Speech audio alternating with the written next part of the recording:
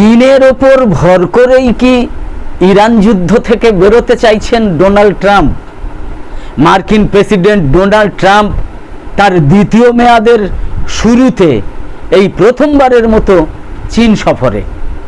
এই সফর ঘিরে বিশ্বের নজর আবার গিয়ে পড়েছে আমেরিকা এবং চীনের সম্পর্কের দিকে, যে সম্পর্ক একদিকে প্রতিযোগিতার আবার অন্যদিকে নির্ভরতারও। বৈঠকের আলোচ্য বিষয় অনেক, বাণিজ্য, প্রযুক্তি, নিরাপত্তা, তাইওয়ান, কিন্তু সবকিছুর মধ্যে সবচেয়ে জরুরি হয়ে উঠেছে ইরান যুদ্ধ। কারণ এই যুদ্ধ এখন আমেরিকার জন্য বড় রাজনৈতিক এবং অর্থনৈতিক চাপের কারণ হয়ে দাঁড়িয়েছে। ইরান নিয়ে ডোনাল্ড ট্রাম্পের অবস্থান পরিষ্কার, তিনি দ্রুত এই সংঘাত থেকে বেরিয়ে আসতে চান। দীর্ঘদিনের যুদ্ধ আমেরিকার ভোটারদের ক্লান্ত করে তুলেছে। দেশের ভেতরে মধ্যবর্তী নির্বাচন সামনে, আর সাধারণ মানুষ আর নতুন করে যুদ্ধের বোঝা নিতে রাজি নয়। প্রতিরক্ষা শিল্প লাভবান হলেও সাধারণ পরিবারের জীবনে তার কোনো ইতিবাচক প্রভাব কিন্তু পড়ছে না। তাই ডোনাল্ড ট্রাম্পের এখন দরকার এমন একটা বার্তা যে তিনি শুধু যুদ্ধ শুরু করতে জানেন না, বরং তিনি যুদ্ধ শেষও করতে পারেন। এই বার্তাটা তার দেয়া দরকার। এই জায়গাতেই চীনের ভূমিকা গুরুত্বপূর্ণ হয়ে উঠেছে। চীনের সঙ্গে ইরানের সম্পর্ক তুলনামূলকভাবে স্থিতিশীল এবং বিশ্বাস ভিত্তিক। বেইজিং কখনো তেহরানের ওপর প্রকাশ্যে চাপ সৃষ্টি করে না, বরং সমান মর্যাদার ভিত্তিতে সম্পর্ক রাখে। ফলে ইরানের কাছে চীনের কথার আলাদা একটা গুরুত্ব আছে, যা আমেরিকার ক্ষেত্রে একেবারেই নেই। এই কারণেই ডোনাল্ড ট্রাম্প চাইতে পারেন চীন যেন ইরানের ওপর নিজের প্রভাব খাটিয়ে যুদ্ধ থামাতে সাহায্য করে। কিন্তু এখানে একটা বড় বাস্তবতা রয়েছে, এটা মনে রাখতে হবে। চীন কোনোভাবেই আমেরিকার নির্দেশ মেনে কাজ করবে না, আমেরিকার নির্দেশ মতো কাজ করবে না। তারা চাইলে আলোচনার পরিবেশ তৈরি করতে পারে, কিন্তু সেটা হবে তাদের নিজের শর্তে এবং বৃহত্তর বিশ্ব স্থিতিশীলতার স্বার্থে, আমেরিকাকে খুশি করার জন্য মোটেও নয়। এই প্রেক্ষাপটে ডোনাল্ড ট্রাম্পের চীন সফর এক ধরনের বাস্তবতার স্বীকারোক্তি বলতে পারেন। যে আমেরিকা এতদিন বিশ্ব রাজনীতির নিয়ন্ত্রক হিসেবে নিজেকে দেখত, সেই দেশই এখন কিনা একটা গুরুত্বপূর্ণ সংকট মেটাতে চীনের সাহায্য চাইতে বাধ্য হচ্ছে। অর্থনৈতিক দিকেও একই ধরনের দ্বন্দ্ব দেখা যাচ্ছে। আমেরিকা চায় চীন তাদের জন্য গুরুত্বপূর্ণ বিরল খনিজ বা রেয়ার আর্থের রপ্তানি সহজ করুক। এই খনিজগুলো ছাড়া আধুনিক অস্ত্র, ড্রোন বা উন্নত প্রযুক্তি তৈরি করা প্রায় অসম্ভব। অথচ এক্ষেত্রেই চীনের আধিপত্য সবচেয়ে বেশি। ফলে আমেরিকাকে এখন সেই চীনের দিকেই তাকাতে হচ্ছে। একই সঙ্গে আমেরিকা চাইছে চীন আবার বড় পরিমাণে তাদের কৃষি পণ্য, সয়াবিন, ভুট্টা, শূকরের মাংস ইত্যাদি কৃষি পণ্য কিনুক। কিন্তু এখানেও দ্বিচারিতা স্পষ্ট আমেরিকা একদিকে চীনের বাজার খুলতে বলছে, আবার অন্যদিকে নিজের দেশে চীনা পণ্য এবং বিনিয়োগের উপর নানা রকমের বাধা বসিয়ে রেখেছে। অথচ চীনের অবস্থান সম্পূর্ণ উল্টো। তারা বলছে যদি সত্যিই মুক্ত বাণিজ্যে বিশ্বাস থাকে আমেরিকার, তাহলে আমেরিকাকেই তার প্রমাণ দিতে হবে।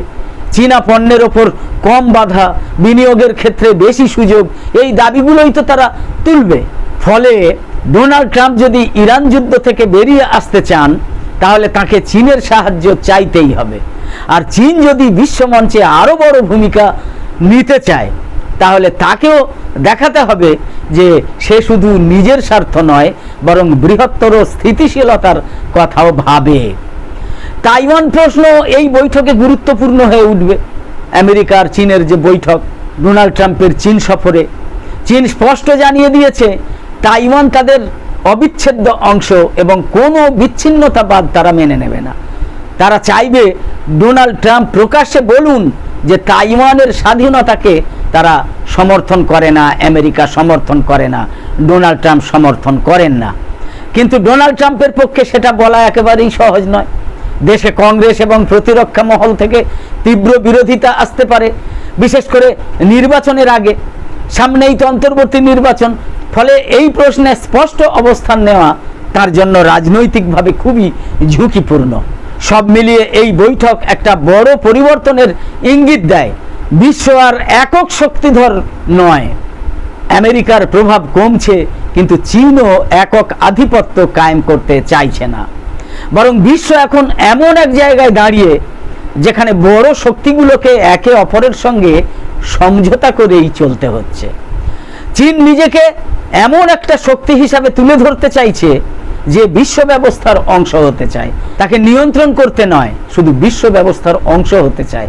তাই তারা মুক্ত বাণিজ্য এবং সহযোগিতার কথা বলছে, যখন আমেরিকা শুল্ক এবং নিষেধাজ্ঞার পথে হাঁটছে। তবে এই সফরের সব সমস্যার সমাধান হবে এমন আশা করাও কিন্তু ঠিক নয়। বাণিজ্য বিরোধ চলতেই থাকবে, তাইওয়ান প্রশ্নে উত্তেজনা কমবে না, আর ইরান যুদ্ধ একদিনে থামবে না, এগুলো মনে রাখতে হবে। তবুও এই বৈঠকের গুরুত্ব রয়েছে, কারণ এটা স্পষ্ট করে দিচ্ছে যে আজকের বিশ্বে কোনো দেশ একা সব কিছু করতে পারে না, আমেরিকাও নয়। আবার বলছি, ডোনাল্ড ট্রাম্প যদি ইরান যুদ্ধ থেকে বেরিয়ে আসতে চান, তাহলে তাকে চীনের সাহায্য চাইতেই হবে। আর চীন যদি বিশ্বমঞ্চে আরও বড় ভূমিকা নিতে চায়, তাহলে তাকেও দেখাতে হবে যে সে শুধু নিজের স্বার্থ নয়, বরং বৃহত্তর স্থিতিশীলতার কথাও ভাবে। শেষ পর্যন্ত প্রশ্ন হচ্ছে একটাই, দুটো দেশ কি নিজেদের স্বার্থের বাইরে গিয়ে অন্তত এইটুকু বুঝতে পারবে যে সহযোগিতা ছাড়া কোনো বড় সংকটের সমাধান সম্ভব নয়? সেটা দেখার জন্য কিন্তু গোটা বিশ্ব তাকিয়ে আছে ডোনাল্ড ট্রাম্পের চীন সফর বা আমেরিকা আর চীনের বৈঠকের দিকে। তো একদম শেষে বলি, আমাদের আজকের এই ভিডিওর বিষয়বস্তু ভালো লেগে থাকলে এই রকম আরও ভিডিও দেখার জন্য ইউটিউবে নোটিফিকেশান পেতে সাবস্ক্রাইব করে পাশের বেল আইকন অন করে অল সিলেক্ট করে রাখুন। আর ফেসবুকে ফলো করে আমাদের আরও নতুন নতুন ভিডিও বানাতে এবং লাইভ সম্প্রচারে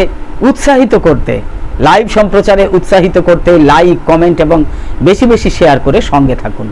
তো আপাতত শেষ করছি। কামনা করি সকলে সবসময় খুব ভালো এবং সুস্থ থাকুন। ধন্যবাদ।